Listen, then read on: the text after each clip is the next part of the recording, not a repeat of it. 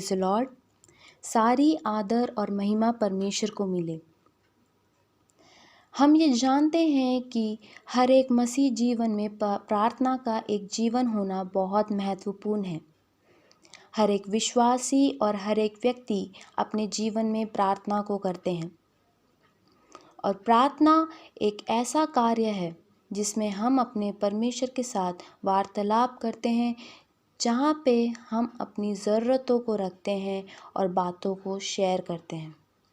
हम निकालेंगे फिलिपियों उसका 4 उसके 6 और 7 में लिखा है, किसी भी बात की चिंता मत करो, परंतु हर एक बात में तुम्हारे निवेदन, प्रार्थना और विनती के द्वारा धन्यवाद के साथ परमेश्वर के सम्मुख उपस्थित किए जाए। तब परमेश्वर की शांति जो सारी समझ से परे है तुम्हारे हृदय में और तुम्हारे विचारों को मसीह यीशु में सुरक्षित रखेगी। यहाँ पे हम देखते हैं कि वचन कहता है किसी भी बात की चिंता करने की हमें ज़रूरत नहीं है, क्योंकि वे जानता है कि हमें किन बातों की आवश्यकता है और वो सारी बातों को हमारे जीवन में पूरा भी करता है। और आगे लिखा है, परंतु हर एक बात में तुम्हारे निवेदन, प्रार्थना और विनती के द्वारा धन्यवाद के साथ परमेश्वर के सम्मुख उपस्थित किए जाएं। हम जब भी परमेश्वर के सामने जाएं, हम उसको धन्यवाद दें, चाहे दुख में हो या सुख में हो। हमें हर एक परिस्थिति में परमेश्वर का धन्यवाद देना है और हमारी हर एक चिंताओं को दूर करना है। हो सकता है कि हमारे जीवन में आंधी तूफानों जैसी परिस्थितियां होंगी, पर हम डरे ना और ना ही घबराए, पर डटे रहे और अपनी सारी चिंताओं को उसके सामने सौंप दे और धन्यवाद के साथ हमारे निवेदन, प्रार्थना, विनती उसके सामने उपस्थित किए जाएं। तब ऐसा करने से क्या होगा? तब परमेश्वर की शांति जो सारी समझ से परे है। मेरे प्रियो, जब परमेश्वर की शांति हमारे जीवन में आती है, तब हम हमारे जीवन के सारे दुख को भूल जाते हैं। एक अलग ही खुशी हमारे जीवन में होती है। और आगे लिखा है, तुम्हारे हृदय और तुम्हारे विचारों को मसीह यीशु में सुरक्षित रखेगी।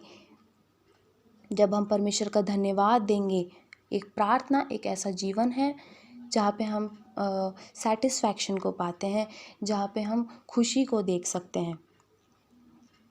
हमारे जीवन के कई सारे स्ट्रगल्स हमें एक अलग ही मोड़ पर लेके जाते हैं, जहाँ पे डिसअपॉइंटमेंट, डिस्करेजमेंट, डिप्रेशन जैसी चीज़ें हमें परमेश्वर के प्रेम से अलग करती है और हम उसकी आवाज़ को नहीं सुन पाते और हमारे पास बहुत डाउट्स होते हैं और हम परमेश्वर पे शक करते हैं और हम विश्वास से दूर हो जाते हैं।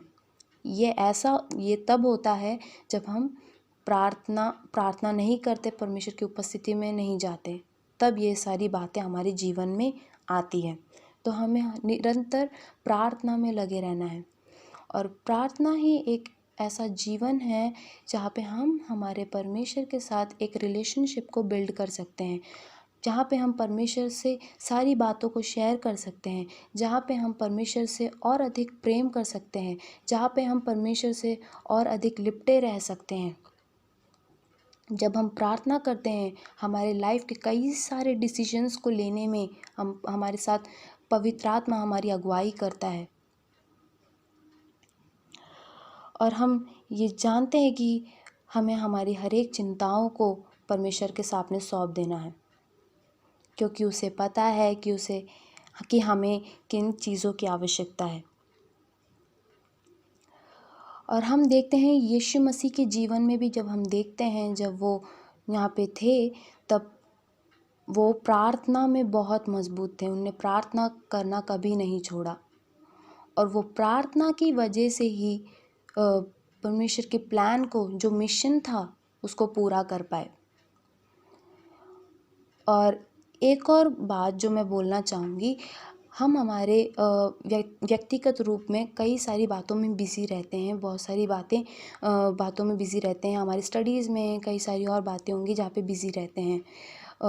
ये सारी बातें हमारे जीवन में आएंगी, पर हम देखते हैं कि उस बीच में भी हमें परमेश्वर के लिए कुछ समय निकालना है और प्रार्थना करना है। ये ये सारी बिज़ीनेस, ये सारी जो बिज़ी शेड्यूल है, ये हमें परमेश्वर से दूर करेंगी। पर हमें पता है कि हमें परमेश्वर के साथ लिपटे रहना है, परमेश्वर के साथ अपनी बातों को शेयर करना है। और अगर हम सच में परमेश्वर से प्रेम करते होंगे तो हम परमेश्वर के इन सारी बिज़ी शेड्यूल में भी हम परमेश्वर के लिए समय निकाल पाएंगे। मैं ऐसा विश्वास करती हूँ।